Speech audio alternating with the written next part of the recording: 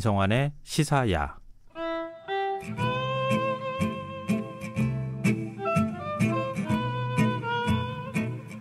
아픈 상처를 들춰보지 않는 것이 나을까요? 아니면 아픔을 직시하고 상처를 치유하기 위해 노력하는 것이 나을까요? 최근 기억의 전쟁이란 제목의 다큐멘터리가 사람들의 가슴을 두드리고 있습니다. 일제강점기와 6.25 전쟁의 아픔을 겪은 우리는 피해자로서 전쟁을 바라보는 일에 익숙하지만 우리가 가해자로 기억된 전쟁 역시 잊어서는 안 되는 역사다라고 영화는 지적하는데요. 한밤의 문학, 오늘은 베트남 전쟁을 우리가 어떻게 기억해야 하는지 좀 고민해보는 시간 갖도록 하겠습니다. 정효월 작가 스튜디오에 나와 계십니다. 안녕하세요. 안녕하세요. 반갑습니다. 네, 베트남 전쟁 우리나라도 참전을 한 전쟁이니까 네. 또 미국 입장에서도 최초로 패배한 전쟁으로 기억된 굉장히 아픈 기억을 갖고 있는 전쟁이기도 하고 네. 이제 그런 얘기들을 우리가 흔히 하는데요. 베트남 국민들은 어떻게 바라보는지 이거에 대해서 우리가 잘 생각을 안 했던 것 같다는 생각을 하게 돼요. 네, 정작 전쟁의 가장 중요한 주체는 당연히 베트남 국민들이었는데 그렇죠. 네. 그들에게 전쟁이 어떻게 기억되고 있는지, 그들에게 전쟁의 아픔이 어떻게 지금까지도 남아있는지에 대해서는 많은 사람들이 신경 자체를 못 썼고, 그리고 기억이라는 것이 항상 지배자들 중심으로 이렇게 재편이 되다 보니까, 편집이 네. 되다 보니까 우리는 항상 베트남 전쟁을 뭔가 미국을 도와서 대한민국이 굉장히 용감하게 우방으로서 맞서 싸운 전쟁으로 기억을 하고 있잖아요. 그리고 또 하나는 우리 경제 성장의 디딤돌이 됐던 맞아요. 전쟁이다. 이런 식으로 우리는 해석을 많이 하죠. 그게 어떤 면에서 더 잔인한 것 같아요. 왜냐하면 그쵸. 경제 성장의 디딤돌이 만들기 위해서는 다른 나라의 전쟁에 가서 그 나라 국민들을 죽여도 되는 것인가라고 질문할 수가 있거든요. 이게 참 어려운 문제인 것 같아요. 네. 또 그때 참전을 해서 네. 피 흘린 대가로 달러를 벌어들인 거 아니냐. 또 이렇게 생각하시는 분들도 있고 가서 고육제 피해를 당해서 지금까지도 고통받는 분들이 있고 네. 이게 베트남 국민들이 바라보는 시각과 우리의 시각 그리고 또 실제로 참전했었던 그 참전 용사들의 어떤 그 힘듦 이게 다 중간에 껴있는 것 같아요. 예. 하나의 시각보다는. 그러니까 고통에 대해서, 그러니까 전쟁의 상처, 특히 가장 민감한 상처 중에 하나인데 그 상처에 의미 부여를 하는 것이 이제 일단 고엽제 피해나 또 그때 돌아가신 분들, 예, 대한민국 장병들의 입장에서 보면, 그 유족들의 입장에서 보면 이제 너무나 피해가 크기 때문에, 피해와 상처가 크기 때문에 함께 그 트라우마의 희생자로 그렇죠. 생각이 될 수밖에 없는데, 그런데 일단은 그 전쟁의 그 당시 입장으로 돌아가서 한국이 그때 어떤 상황이었는지를 좀 알아볼 필요가 있더라고요. 네. 그때 대한민국의 파병은 과연 누구를 돕기 위함이었나를 생각해 봐야 된다는 거죠. 그래서 이 빈딘성으로 가는 길이라는 책이 있어요. 네. 그 빈딘성으로 가는 길이라는 책을 보면 저는 이 책이 베트남 전쟁에 대한 가장 훌륭한 책이라고 생각하는데, 그러니까 누가 쓴 책입니까? 한국 사람이 쓴, 한국 사람이 쓴 한국 책이에요?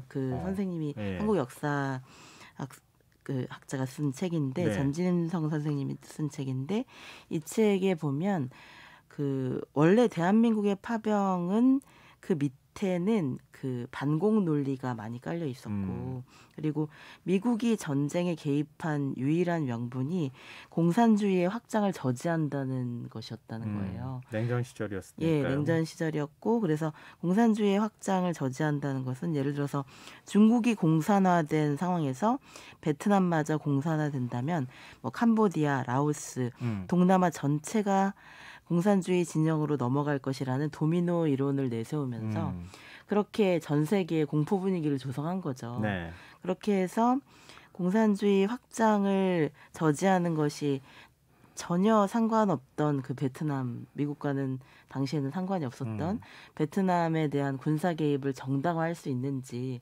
이것도 질문을 해야 된다는 것이고, 또 대한민국의 입장에서는 당시의 대한민국의 상황은 굉장히 경제가 너무 어려웠던 거예요. 네. 그래서 베트남이 이제 그때는 적화라는 단어를 썼죠. 아, 예, 맞아요. 참 베트남이 오래간만에 듣는 예, 얘기네요. 적화라는 단어를 써서 그렇게 되면 한반도가 자동적으로 위험해진다는 단순 논리였던 거죠. 그냥 미국의 입장을 그대로 따라가는 것이었고 당시에는 북한의 경제 상황이 좋았어요. 예, 그래서 남한의 1.7배에 달하던 북한의 GNP 이런 것이 굉장히 위협적이었던 거죠. 네. 그래서 원조 물품을 시장에 내다 판 돈으로 겨우 세출 예산을 세우던 가난한 나라가 대한민국이었기 때문에 베트남 전쟁의 그 참전이라는 것이 정말 당시 사람들 입장에서는 경제적인 이유가 너무 컸다는 거예요. 네.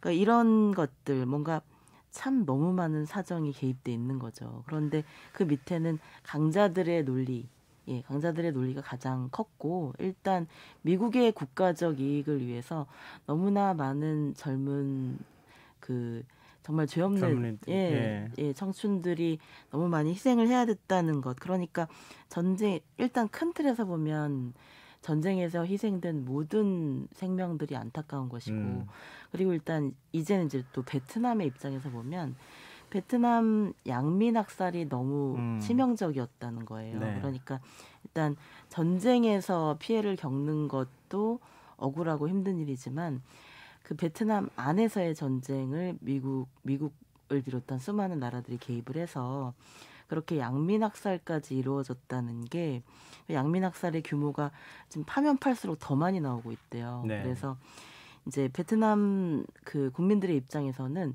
가해자가 아무도 나서지 않기 때문에 예, 가해자가 누군지 그러니까 자기들의 눈으로는 봤는데 그러니까 한국 군인들이 베트남 양민을 학살하는 장면을 보신 분들이 계신 거예요.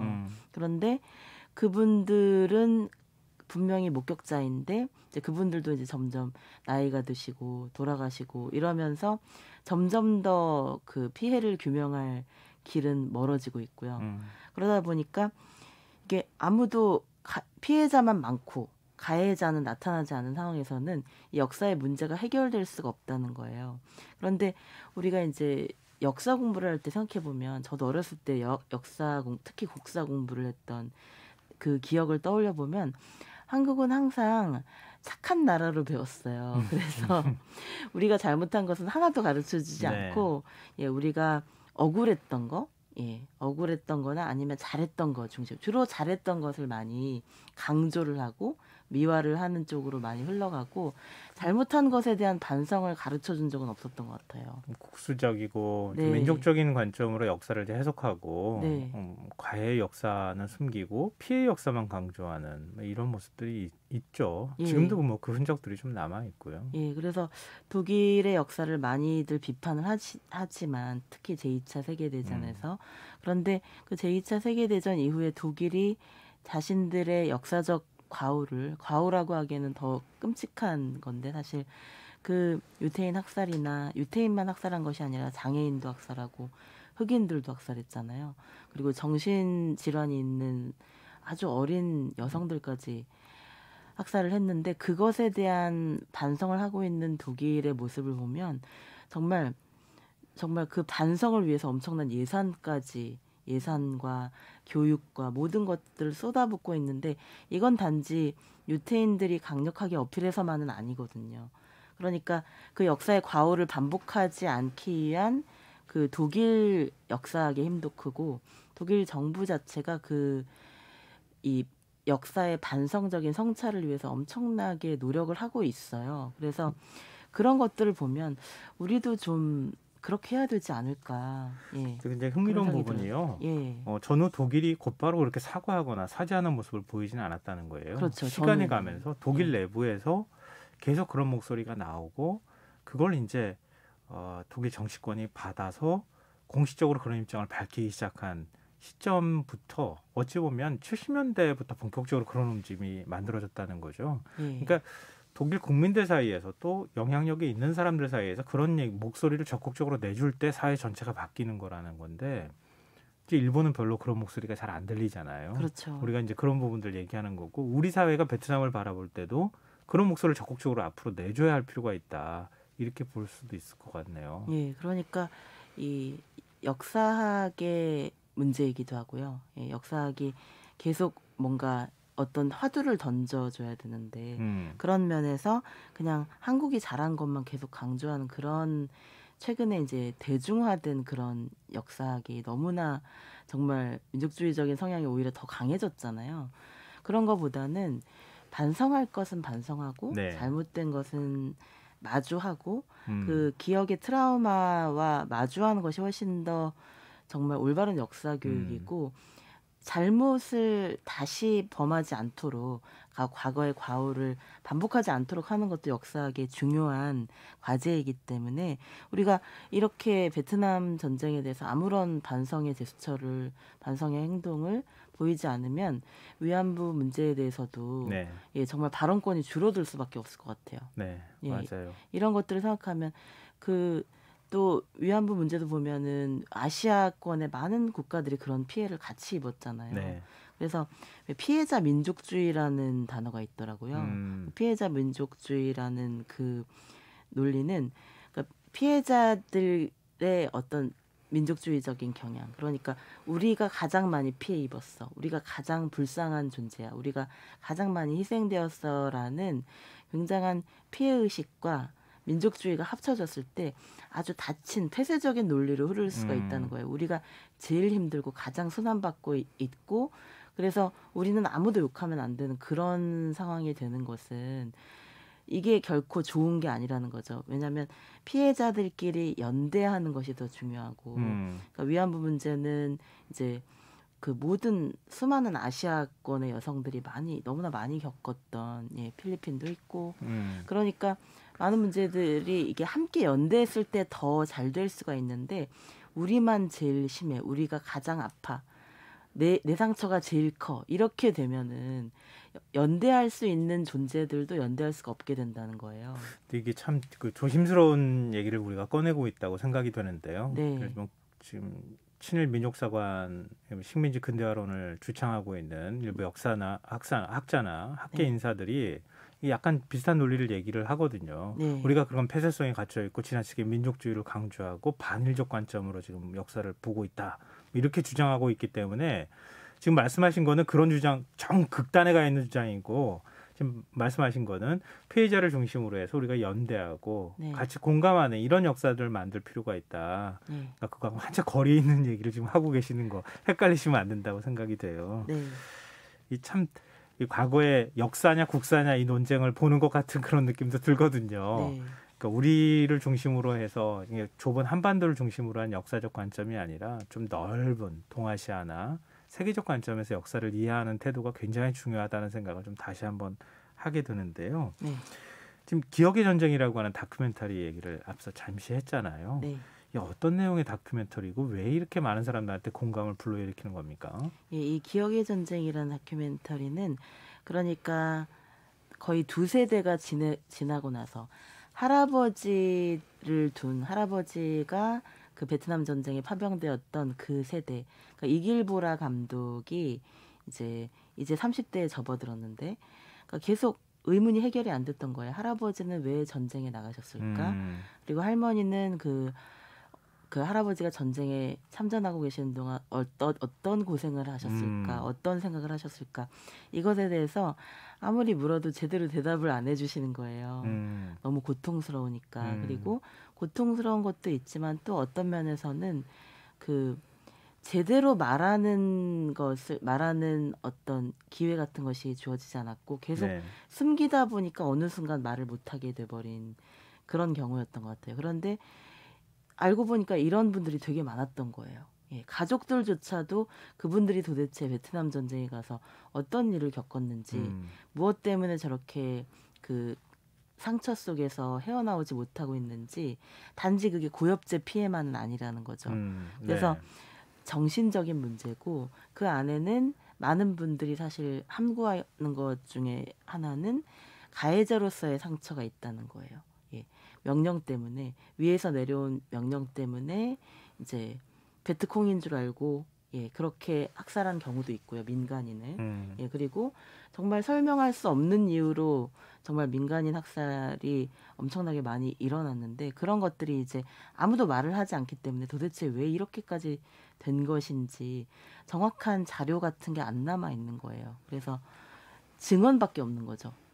생존자들의 증언. 그 미군도 양민 학살한 게 그 역사적으로 확인된 경우들이 꽤 많이 있잖아요. 그렇죠. 예. 그때 이제 내가 학살에 같이 참여했다. 지시를 받아서 어쩔 수 없이 그 뭐 총을 쏠 수밖에 없었다.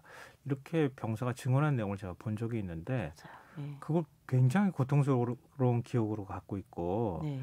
그거를 다른 사람들한테 얘기하기까지 굉장히 오랜 시간이 걸렸다고 하는 얘기들을 본 기억이 있어요. 예, 얼마나 많은 자기 검열에 시달렸을지 평생 예. 동안 그런 것들을 생각해 보면은 이제는 그 진정한 용서와 화해라는 것을 논하기 전에 일단은 사실을 밝힐 때가 된 것 같고 너무 그 시기가 넘었고 그래서 이 기억의 전쟁이라는 다큐멘터리는 그 학살의 자리에 가서 그 베트남 사람들의 이야기를 들어보는 거예요.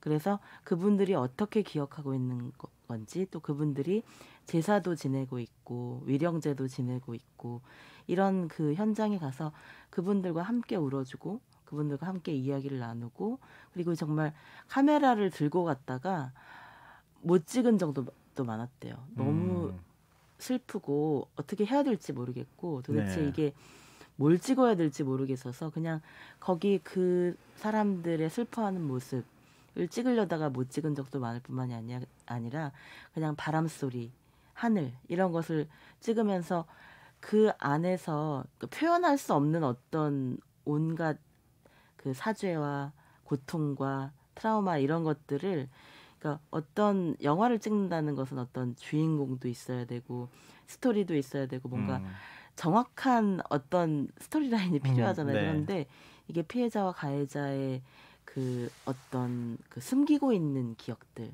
그리고 가해자는 안 나타나는데 피해자는 뚜렷이 존재하는 네. 이 상황 속에서 도대체 어디서부터 문제를 풀어가야 될까?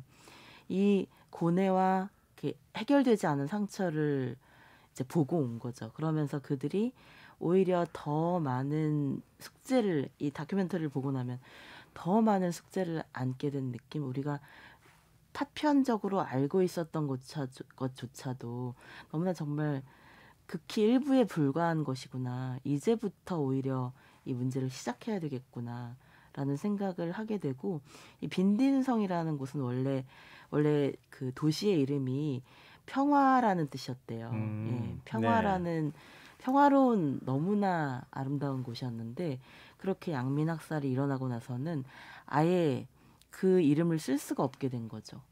예, 그래서 도시의 이름을 바꿔야 될 정도로 그렇게 고통을 많이 받으신 거예요. 그래서 이런 것들을 생각해 보면 이 기억의 전쟁이라는 게 여러 가지로 해석을 할 수 있겠지만 이제 가해자는 기억을 안 하려고 하고 네. 기억을 숨기려고 하고 피해자는 기억을 해야 되기 때문에 더 고통스럽고 그렇게 그 기억이라는 것이 충돌하면서 예, 누군가는 기억을 은폐하고 누군가는 정말 죽을 때까지 이 기억을 놓지 않으려고 하면서 거기서 생기는 또 하나의 전쟁인 거예요.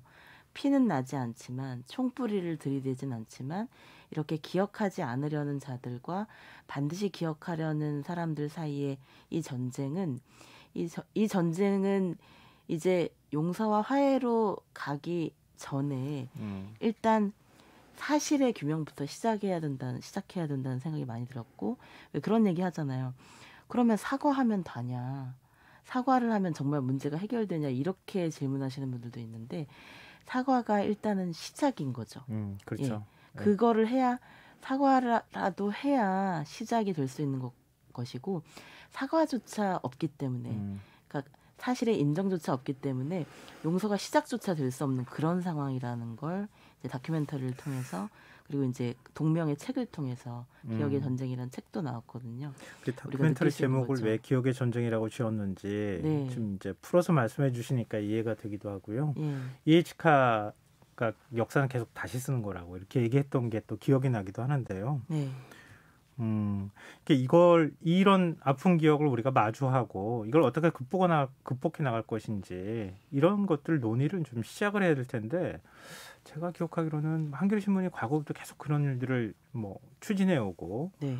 가서 직접 이제 양민 학살 피해자들을 만나고 오고 또 지면에 기록하고 이랬던 일들을 오래 했는데 우리 사회 전반적으로는 또 그런 데 대한 관심이 좀 부족한 거 아닌가 싶어요. 예, 그러니까 어떤 당시에 대한민국 장병들이 파병되었던 그 기억들, 그분들의 이제 이야기할 수 있는 기억들만을 가지고 쓴다면 얘기가 정말 계속 피해자 민족주의로 흐를 수밖에 없는 것 같아요. 우리가 가장 힘들었고 우리가 경제 발전을 많이 이루었고 이쪽으로 흘러갈 수밖에 없는데 그 목소리는 그러니까 용인된 목소리, 그러니까 이제 승리자들의 목소리, 예, 당시에 뭔가 발언권이 있는 사람들의 목소리에 동화된 목소리인 것 같아요. 그런데 지금까지 억압되어 왔던 차마 말하지 못한 그런 분들의 목소리를 이제 들어야 할 때가 왔고, 그 전진성 교수님은 이 빈딘성으로 가는 길이라는 책에서 굉장히 가슴 아프지만 이렇게 말씀을 하세요. 네. 그들 스스로 기본 발상부터 전환해야 끊임없는 자기 모순으로부터 헤어날 수가 있는데 우선 살인마와 용병이라는 누명이 자신의 명예를 훼손시키고 있다는 피해의식에서 벗어나야 된다는 거예요. 또한 자신의 삶을 짓눌러온 고통이 조국을 위한 숭고한 희생의 증거라는 이 자기 만족적인 기억에서 벗어나야 된다는 거고 네. 이게 힘든 거지. 이게 잘 안 되고 그게 삶을 지탱해온 기억이기 때문에 그리고 고엽제에 찌든 자신의 몸을 있는 그대로 바라봐야 한다. 참전 용사들이여 왜 고엽제 피해자인 당신들이 반전평화 대신에 국익과 안보를 논하는가. 대체 누가 당신들을 동원하고 그 몸을 그 지경으로 만들었는지 아시는가. 누가 당신들의 고통을 억누르고 침묵을 강요해왔는지 아시는가라고 질문을 하고 계세요. 굉장히 가슴 아픈 질문이더라고요. 그러니까 예. 전쟁은 천상이 벌어지는 공간이잖아요. 네. 근데 19세기 그때까지만 해도 그렇게 영웅화되어 있는 그림으로 그려지다가 20세기 1, 2차 세계대전 거치면서 그 참상을 하나하나씩 이제 기록하는 예술가들도 이제 그런 모습들을 많이 보여왔는데 그 참상을 자꾸 미워하고 헌신한 것처럼 이렇게 하는 것도 또한 우리가 경계해야 될 사고가 아닐까 예. 그런 생각이 드네요. 예, 그러니까 그런 베트남전 파병 병사들이 반전 운동을 해야 되지 않을까 싶어요. 전쟁에 네, 반대하는 그런 운동을 하셔야 되지 않을까 싶습니다. 평화에 대해서 다시 생각해본 계기가 된 시간이었던 것 같습니다. 한밤의 문학 정여울 작가였습니다. 고맙습니다. 감사합니다. 네, 오늘 모바일 상품권 당첨자는 홈페이지 공지사항에서 확인하실 수 있습니다. 김성환의 시사 여기까지 하겠습니다. 편안한 시간 보내십시오.